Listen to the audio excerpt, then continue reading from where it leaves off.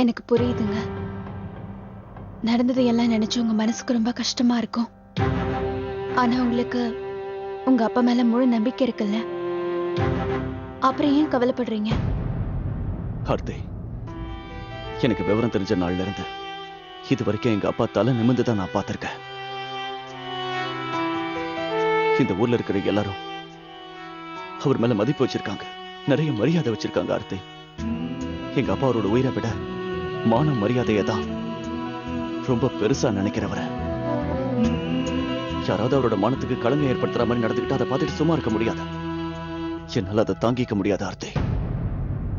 எனக்கு எங்க அப்பா மேல நம்பிக்கை இருக்கு. அந்த பொம்பளை தான் பொய் சொல்லிக்கிட்டு இருக்கா ஆர்த்தி. எங்க அப்பா இந்த மாதிரி பண்றவர் கிடையாது. நான் அவரோட மான மரியாதையை காப்பாத்துவேன் ஆர்த்தி.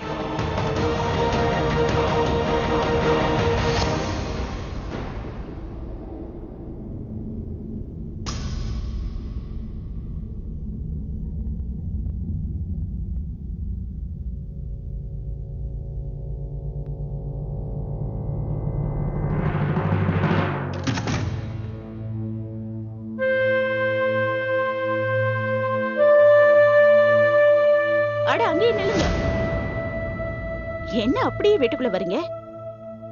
முதல்ல நான் உங்களுக்கு ஆரத்தி எடுத்துறேன். கல்யாணம் ஆனவங்களை எப்படியா வரவேற்கிறது? அம்மா, இந்த ஆர்த்தி கத்தி எல்லாம் ஒண்ணும் வேண்டாம், விடுங்க. என் மருமக வந்திருக்கா, என் செல்ல பையனோட பொண்டாட்டி. இருங்க வந்துடுறேன்.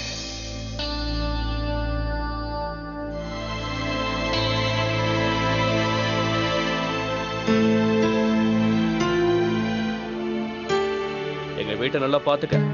நீ உன்னோட அரண்மனைக்கே திரும்ப போறதுக்கு இன்னும் நிறைய டைம் இருக்கு. உன்னால இங்கெல்லாம் வாழ முடியாது.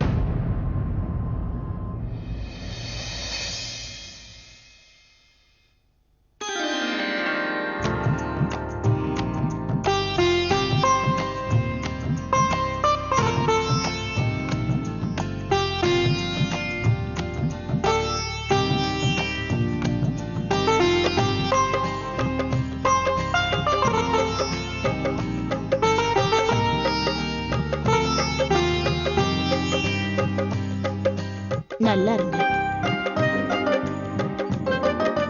உள்ள வாமா.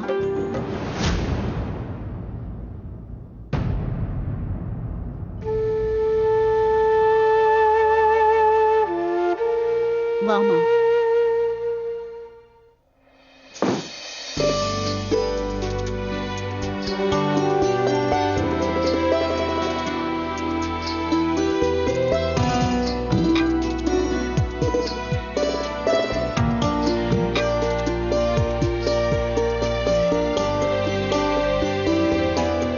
வாமா, போய் உன்னோட ரூம்ல ரெஸ்ட் எடுத்துக்கோ. நீங்க உருவாக்குன இந்த பூமி இருக்கே ரொம்ப மோசமானது. அதுல நீங்க என்ன மட்டும் விட்டு வச்சீங்களா என்ன? எத்தனையோ பேர் இருக்கும்போது என்ன மட்டும் எதுக்கு தேர்ந்தெடுத்தீங்க? முதல்ல ஒரு பணக்கார வீட்டு பொண்ணை கல்யாணம் பண்ண எனக்கு வாய்ப்பு கொடுத்தீங்க. அப்புறம் அதே பணக்கார வீட்டு பொண்ணையும் என்னையும் சத்தியவான் சாவித்திரியாக்கி அந்த பொண்ணு அவங்க அப்பா கிட்ட கோச்சுக்கிட்டு எனக்கு பணமே வேணான்னு சொல்லிட்டு என் புருஷனை பொதுன்னு என் பின்னாடியே வந்துட்டான். உனக்கு இன்னுமா புரியல? பணத்து மேல ஆசைப்பட்டு மட்டும்தான் இவ்வளவு திட்டம் போட்டு இந்த கல்யாணத்தையே பண்ண. ஆனா எனக்கு கிடைச்சதுல கட்டின புடவையோட ஒரு நொண்டி பொண்ணு. ரொம்ப நல்லா இருக்குமா? நல்லா இருக்கு. லீலையே லீல. இங்க பாரு ஆகாஷ், நாளைக்கு கடைக்கு போய் சில சாமான்லாம் வாங்கிட்டு வரணும். வீட்டுக்கு மருமக வந்திருக்கா, அவளுக்கு 2-3 நல்ல புடவைங்களாவது வாங்கணும். அதோட ஆகாஷ், நான் உன்கிட்ட தான்ப்பா பேசிட்டு இருக்கேன். நீ என்ன யோசிச்சுக்கிட்டு இருக்க? அந்த கடவுள் கிட்டதான் கேள்வி கேட்டுக்கிட்டு இருக்க. அது ஏன் நம்ம வாழ்க்கையில மட்டும் எப்பவுமே நமக்கு எதுவும் சரியா நடக்க மாட்டேங்குது? அம்மா, இனிமேலாவது நீங்க என்கிட்ட எதையும் மறைக்காம இருக்கணும். தயவு செஞ்சு உண்மையை சொல்லிடுங்க. அந்த ஆள் தான் என்னோட அப்பாவா இல்லையா?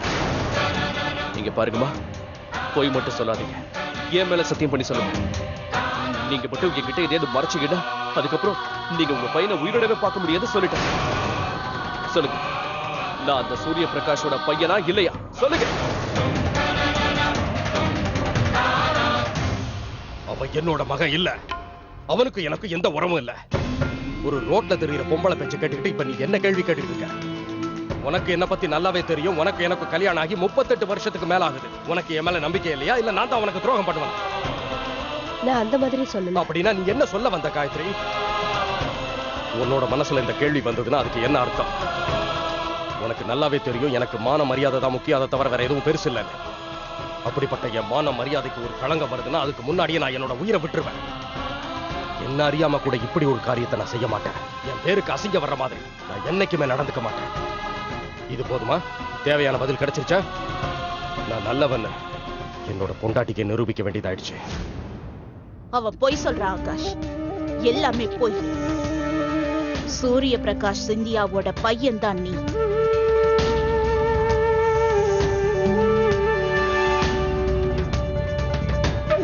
இந்த விஷயத்தை நீங்க ஏன் கிட்ட நல்லா சொல்லல? இவ்வளவு பெரிய பணக்காரனுக்கு பையனா போறது, இத்தனை வருஷமா இந்த சாக்கடையில வாழ்ந்திருக்கோம். என்ன விடுங்கம்மா, இவ்வளவு பெரிய பணக்காரனுக்கு பொண்டாட்டிங்கிற அந்தஸ்து இருந்தும் நீங்க இப்படி ஒரு ஏழையா வாழ வேண்டிய அவசியம் தான் என்ன? கொஞ்சம் இருங்க. நானும் அந்த அரண்மனையில தான் வாழணும், அந்த சிந்தியாவோட அரண்மனையில. நமக்கு அவங்க பொருள் எல்லாத்தையும் உரிமை இருக்கு. ஆனா இன்னைக்கு எல்லாரும் முன்னாடியும் அவமானப்பட்டு அங்கிருந்து வந்திருக்கோம். அப்பம் பேரு தெரியாதவனு கிண்டல் பண்ணுவாங்க. ஆனா அம்மா, உங்களையும் எல்லாரும் தப்பா பேசிருப்பாங்களேம்மா. அப்புறம் எதுக்காக இந்த விஷயத்தை என்கிட்ட மறைச்சிங்க? சொல்லுங்கம்மா, அவர் தான் என் அப்பாங்கிற விஷயத்தை ஏன் மறைச்சிங்க? ஏன்னா அவருதான் உன்னோட அப்பான்னு அவரு சொல்ல விடல. நீதான் அவரோட ரத்தம்ங்கிறது அவரு ஏத்துக்கவே இல்லை. நான் அந்த மாதிரிலாம் நினைக்கல. என் மனசுல உங்களுக்கு தனி இடம் கொடுத்து வச்சிருக்கேன். நடந்ததை எல்லாம் நான் பெருசாவே நினைக்கல. நீங்க என்னுடைய கணவர். அந்த கடவுளை விட நீங்க தான் எனக்கு முக்கியம். இந்த சந்தோஷமான வாழ்க்கைய நீங்க தான் எனக்கு கொடுத்தீங்க. பங்கஜ், பிரதீப், ராஜேஷ், இந்த 3 குழந்தைங்களையும் எனக்கு கொடுத்தது நீங்க தான். அதுக்காக நான் உங்களுக்கு வாழ்க்கை புறாவும் நன்றி கடன் பட்டிருக்கேன். நான் உங்களை சந்தேகப்பட்டா அந்த கடவுளையே சந்தேகப்படுற மாதிரி ஆகும். தெரிஞ்சோ தெரியாமலோ நான் உங்ககிட்ட இப்படி ஒரு கேள்வி கேட்டுட்டேன். தயவு செஞ்சு நீங்க என்ன மன்னிச்சிருங்க.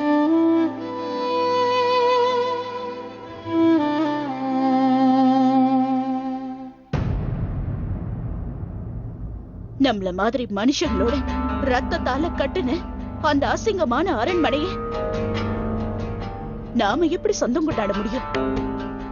ஆனா அந்த கடவுளுக்கு நல்லா தெரியும், நான் பசியும் பட்டினியுமா இந்த வாழ்க்கையை வாழ்ந்தாலும் உன் மேல வச்சிருக்கிற அந்த பாசம் என்னைக்குமே குறைஞ்சதில்ல.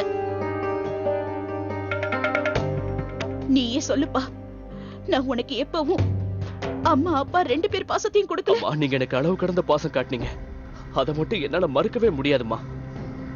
ஆனா ஒரு விஷயத்தை புரிஞ்சுக்கங்க, எனக்குன்னு ஒரு வயிறு இருக்கு, அத பாசத்தால நிரப்ப முடியும். ஒரு மனுஷன் நல்லா வாழ்றதுக்கு பணம் வேணுமா? பணம். அது இல்லைன்னா ஒரு பிச்சைக்கார மாதிரி தான் வாழணும். அந்த கடவுள் ஒரு சில பேருக்கு மட்டும் நல்ல விதியை எழுதியிருக்காருன்னு நான் ஒத்துக்கிட்டு தான் ஆகணுமா? ஆனா எல்லாருக்கும் பொதுவா மனசுன்னு ஒண்ணு இருக்கு. அந்த மனசுலயும் ஒரு சில ஆசைகள் இருக்கதானே செய்யும். என்னோட மனசுலயும் அதே மாதிரி நிறைய ஆசைகள் இருந்துச்சு. அதை எவ்வளவு கஷ்டப்பட்டு கட்டுப்படுத்திருக்கேன்னு எனக்கு தான் தெரியும். எனக்கு நானே சொல்லிக்குவேன், இது உன் வாழ்க்கை கிடையாது ஆகாஷ்னு. ஒவ்வொரு தடவையும் என்ன நான் அப்படிதான் சமாதானப்படுத்திக்கிட்டேன். ஆனா இனிமே என்னால சும்மா இருக்க முடியாது.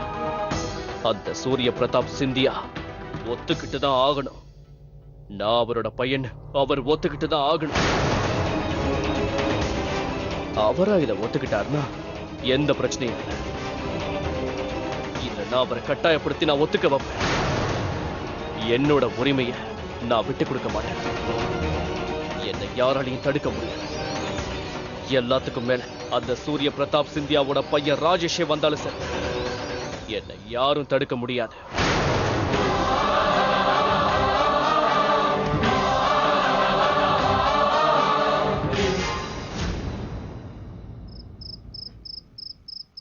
அருண் உன்னை அந்த திருடங்களுக்கு எதுக்காக கடத்தினாங்க? நாங்க ரொம்ப கஷ்டப்பட்டோம் பிரியா. ஏன் அந்த அங்கிள் மோசமானவரா? உன்னை அடிச்சாரா? அவர் என்ன அடிக்கல, நான் எப்பயாவது கத்தி எழுதேன்னா அவர் என்னோட வாயை மூடுவாரு. Very bad. அந்த அங்கிள் அந்த அளவுக்கு ரொம்ப மோசமானவர் இல்ல. எனக்காக டாய்ஸ் வாங்கிட்டு வந்தாரு, எனக்கு சாப்பாடு எடுத்துட்டு வந்தாரு. அப்புறம் நான் அழும்போது அவர் என்கிட்ட சொல்வாரு, அழாத, நீ அழுதா என்னால தாங்க முடியாதுன்னு. அப்ப அந்த அங்கிள் ரொம்ப நல்லவர் தான். அவர் பேரு என்ன? ஆகாஷ் அங்கிள். இன்னைக்கு கூட கல்யாணம் நடந்துச்சுல, அவர்தான். ஆகாஷ்,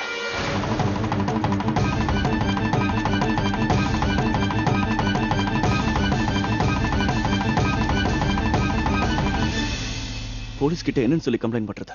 அருணை கிட்னாப் பண்ணது ஆகாஷ் தான்னா? ஆகாஷ் தன்னை காப்பாத்திக்க மாமாவோட பேரை சொல்லுவானே. நான் அப்படி பண்ணனா நம்ம குடும்பத்துக்கு தான் கெட்ட பேர் வரும். எனக்கு எல்லாம் புரியுதுங்க. ஆனா ஆகாஷ் மேல ரிப்போர்ட் பண்ணி நம்ம என்ன பண்ண போறோம்?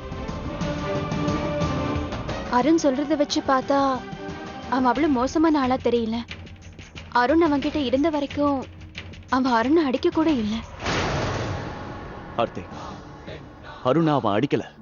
ஆனா அருணை கிட்னாப் பண்ணது தப்பு இல்லையா? அவனோட அம்மா கூட சேர்ந்துக்கிட்டு எங்க அப்பா மேல பொய்யான பழிய சுமத்திருக்கான். அது தப்பு இல்லைன்னு சொல்றீங்களா ஆர்த்தி? அத்தனை பேருக்கு முன்னாலேயே எங்க அப்பாவோட மான மரியாதையை மண்ணுக்குள்ள போட்டு புதைச்சிட்டான். அது தப்பு இல்லைன்னு சொல்றீங்களா ஆர்த்தி? என்ன மன்னிச்சிருங்க. நான் சொல்ல வந்த விஷயம் இது இல்ல. நான் என்ன சொல்ல வரேன்னா, அவன் செஞ்சது எல்லாமே பணத்துக்காக மட்டும்தான். பணத்துக்காக ரொம்ப கேவலமா நடந்துக்கிட்டானா. ஆனா அவன்தான் ரிஷிதாவை தற்கொலை பண்ணிக்க விடாம தடுத்தான். அவளுக்கு கால் இல்லைன்னு தெரிஞ்சும் கூட அவளோட கையை பிடிச்சு கல்யாணம் பண்ணி அவளை மனைவியா ஏத்துக்கிட்டாங்க. அம்மா மேலேயே ரொம்ப மரியாதை வச்சிருக்கான். ஆனா ஏன் இல்ல ஆர்த்தி, அந்த ஆகாஷ்க்கு என்ன வேணுங்கிறத நான் கண்டிப்பா தெரிஞ்சுக்கிட்டே ஆகணும். அவன் ஒரு பக்கம் நம்ம அருணை கிட்னாப் பண்ணி வச்சிருந்தான், அப்பாவை இன்சல்ட் பண்ணான். இன்னொரு பக்கம் ரொம்ப சாமர்த்தியமா நல்லவன் மாதிரி நடிச்சு அந்த பொண்ணை கல்யாணம் பண்ணிக்கிட்டான். இதெல்லாம் எதுக்கு பண்ணான் ஆர்த்தி? இதை நான் கண்டுபிடிச்சே ஆகணும்.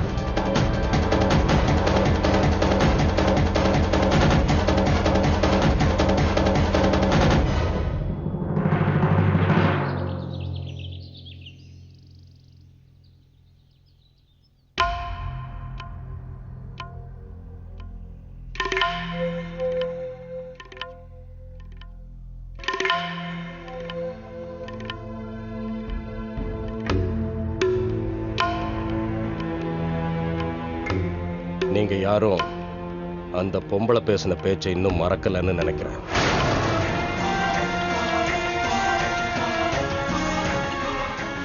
அவளோட பையனை காப்பாத்துறதுக்காக தான் அந்த மாதிரி பொய் சொல்லியிருக்கா, உளறி இருக்காங்கிறத நீங்க புரிஞ்சுக்கணும். இதுக்கு அப்புறமும் நீங்க உங்க தகப்பன குற்றவாளின்னு நினைச்சா என்ன கூண்டுல நிக்க வச்சு என்ன கேட்கணும்னு தோணுதோ அதை கேட்டுக்கங்க. நீங்க எங்க கோவப்படுறீங்க? இவங்க எல்லாம் நம்ம குழந்தைங்க. நம்ம குழந்தைங்க எப்பவும் அப்பா மேல முழு நம்பிக்கை வச்சிருக்காங்க. நான் உங்களை சந்தேகப்பட்டாலே இவங்க ஏத்துக்க மாட்டாங்க. மத்தவங்க உங்களை சந்தேகப்படுறதோ உங்களை கேள்வி கேட்கறதோ இவங்க விரும்ப மாட்டாங்க.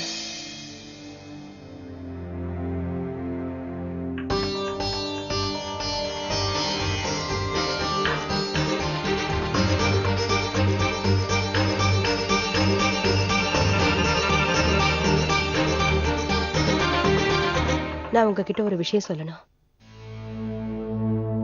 இங்க பாருங்க, அருண வீட்டுக்கு திரும்பி வந்துட்டான். எல்லா பிரச்சனையும் முடிஞ்சிருச்சு. ராஜேஷையும் ஆர்த்தியையும் மன்னிச்சு ஏத்துக்கங்க. எதுவுமே சரியா நடக்கல காயத்ரி. நேத்து இவனாலதான் அவருக்கு முன்னாடி நான் தலை குனிஞ்சு நிக்க வேண்டியதா போச்சு. நான் முதல்லயே சொல்லியிருந்தேன், இவனுக்கு அந்த கல்யாணத்துல இஷ்டம் இல்லைன்னா முன்னாடியே சொல்லிடணும்.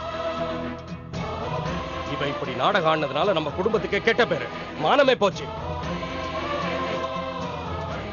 அப்பா, நீங்க அவமானப்பட்டதுக்கு காரணம் நான் தான். இப்ப அதை சரி பண்ண வேண்டிய பொறுப்பும் எனக்கு தான் இருக்கு.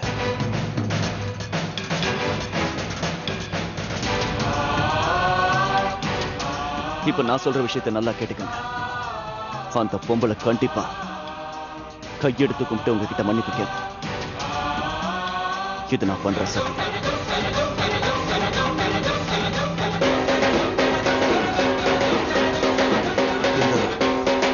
சத்தம் எங்கிருந்து வருது?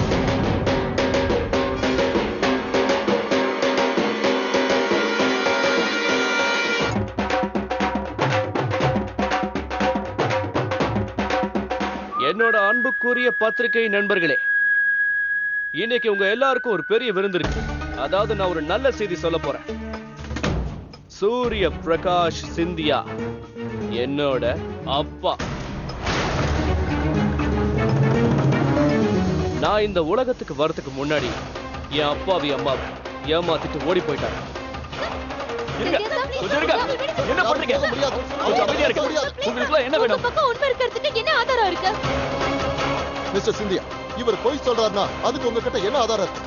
நீங்க இப்படி அமைதியா இருந்தா என்ன அர்த்தம்? மிஸ்டர் சிந்தியா, இந்த மாதிரி பெரிய பெரிய வீட்டுல 4 சோத்துக்குள்ள நடக்கிற விஷயம் தெரியாதுன்னு பாத்தீங்களா? தேவையில்லாம பேசிட்டு இருக்காதீங்க. இந்த ஊர்லயே ரொம்ப கௌரவத்தோட வாழ்றவர் எங்க அப்பா. எவன் ஒருத்த மான மரியாதையை பத்தி கவலைப்படுறானோ அவன் இந்த மாதிரி கீழ்த்தரமான வேலையை கண்டிப்பா செய்ய மாட்டான். நீங்க பாருங்க, அவன் இப்ப பொய் சொல்லிக்கிட்டு இருக்கான். அவன் சொல்றதுல எதுவுமே உண்மை இல்ல. அப்படியா? இந்த ஊர்ல நீ ஹரிச்சந்திரன் யாராவது பட்டம் கொடுத்திருக்காங்களா என்ன ஒண்ணு நம்புறதுக்கு? பொய் சொல்லி மத்தவங்களோட கவனத்தை என் பக்கம் திருப்பிக்க. நான் ஒண்ணும் உன்ன மாதிரி கிடையாது. உண்மை என்னன்னு இப்பவே தெரியதான் போகுது. உங்க அம்மாவை என் கேள்விக்கு பதில் சொல்ல சொல்லு. இவ்வளவு வருஷமா அவங்க எங்க போயிருந்தாங்க? அவங்க சொல்றது உண்மைனா முன்னாடியே இந்த வீட்டுக்கு வந்திருக்க வேண்டியதானே? இவன் சொல்றது எல்லாமே போய். இவன் எங்களை ஏமாத்தி எங்க கிட்ட இருந்து பணம் பறிக்க முயற்சி பண்றான். 2 பேருமே போய் சொல்றாங்க. நீ என்ன வேணாலும் பேசி அம்மாவை பத்தி பேசுன.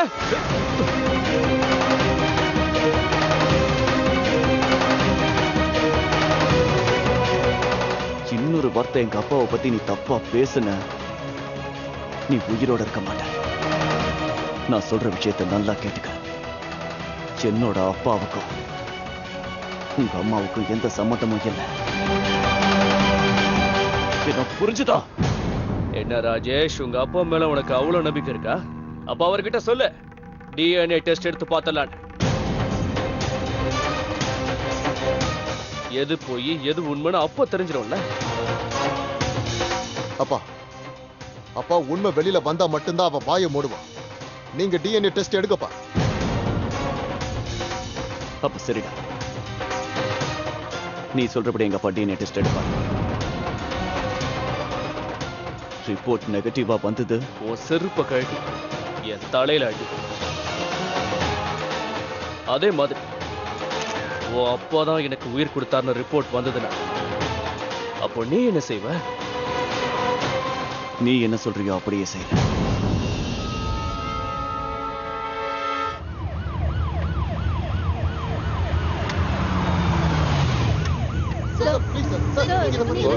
சொல்றேன். முதல்ல சிந்தியா சாரை பார்க்க விடுங்க.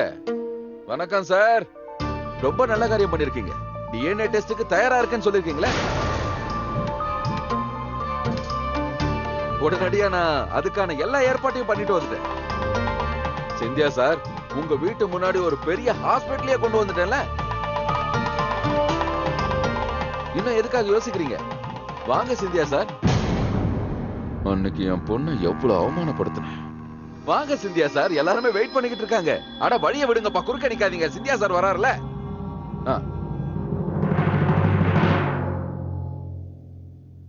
நான் சொல்றதை இப்ப எல்லாரும் கொஞ்சம் காதை கொடுத்து கேளுங்க. டிஎன்ஏ டெஸ்டோட ரிப்போர்ட் வர வரைக்கும் நான் இந்த இடத்தை விட்டு நகர மாட்டேன். என் குடும்பத்தோட இங்கேயே தான் இருப்பேன். உங்களால முடிஞ்சதை செஞ்சுக்கோங்க.